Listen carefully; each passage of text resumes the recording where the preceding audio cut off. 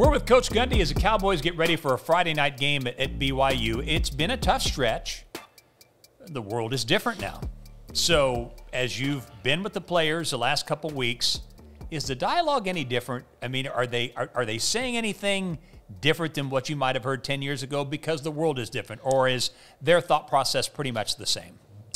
They've been good. Their attentiveness in practice, their effort in practice, their energy level has been excellent.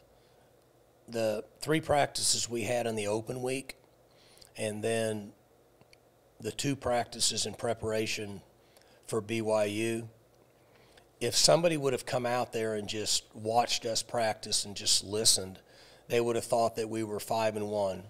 Yeah. And that's the good news. That's where our culture is working. So as a head coach, my message to them is that I want to see you guys improve as an individual, as an offense, as a defense, a special teams group, and as a team a little bit every day. Those are things that we can actually control. Now, the general public and the fans and most of the people in my family, they want you to all of a sudden look different in 5 days. That's not going to happen. Teams just don't look different in 5 days, but you can improve in certain areas, and then you put a game plan together to what you think if you play well, minimize misassignments, win the turnover battle, and be sound in special teams, that gives you a chance to win the game. And that's really where we are right now with our team. But as long as they continue to be willing to practice and buy into the system like they are, that gives us a good chance to prepare for each game. The difficult thing now compared to years ago is the challenge you face with social media. Yeah. With the players. And I suggest to them that they stay off of it. That I know they won't. I suggest to my own 3 sons that they stay off social media and they don't do it. That's a part of their life. But you have to be willing to get away from some of the things that you know that can tear you down and create anger and frustration, and that's what social media does. Or it builds you up so much that you're not really who you think you are because you're not that great.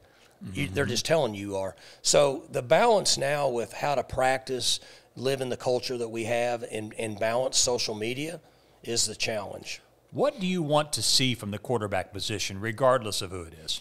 So we need more effectiveness in handling pressure.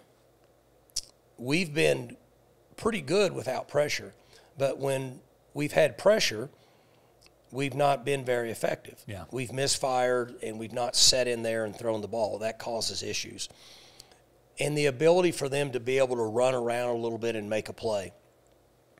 We all watch a lot of college football, and now NFL football, when you see a quarterback just run around and make a play. The other day I was watching you might know this, but on Monday Night Football, the 2 Manning brothers put Bill Belichick on there, Coach Belichick, on the first half. Yeah. So I'll have them tape the game for me because I'm usually not home.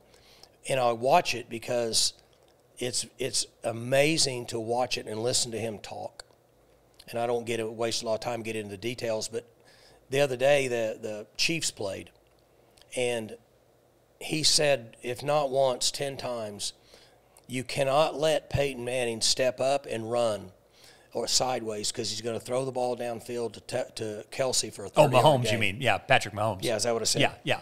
Patrick Mahomes. You cannot allow him to step up in the pocket and run around because he's going to chunk it down the field to Kelsey. Yep.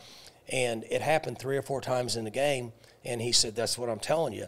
Well, those are the things that have to happen some with quarterback play to make an offensive effective because it's never perfect. Right. So you're now down, obviously you've been down Colin Oliver and Nick Martin.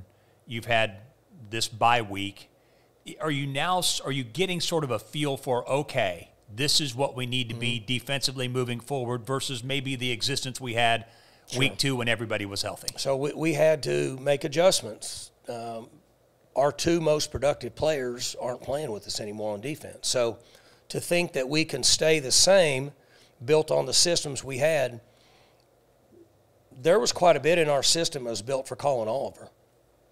to get him free up to rush. Well, he's not with us anymore.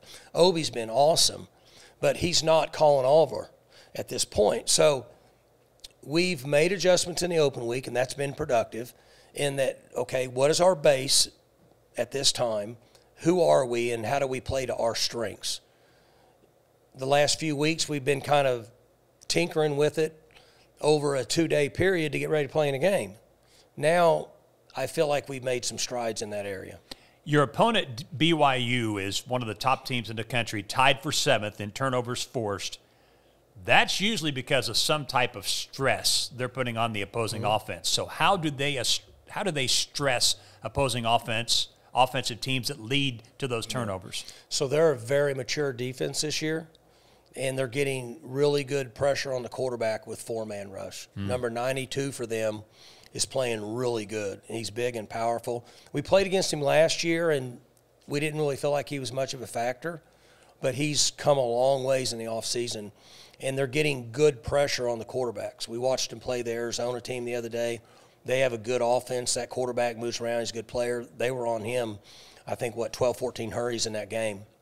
So that's what's helped them play good on defense. This is the Utah defense that's at BYU. Their coaches came from Utah.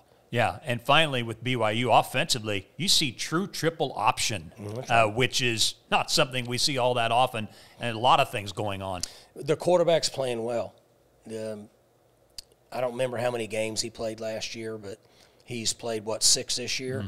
And with the games he played last year, now he's got a pretty good number of games under his belt. He's not turning the ball over. He's their leading rusher, I think. He is, yes. And so he's a very effective player for him. And they're running a lot of misdirection, quarterback read, power zone, midline, which is essentially triple option. And we have to be sound in those run fits. So the Cowboys face BYU on Friday. We'll take a look back at that game next week. Thanks for watching.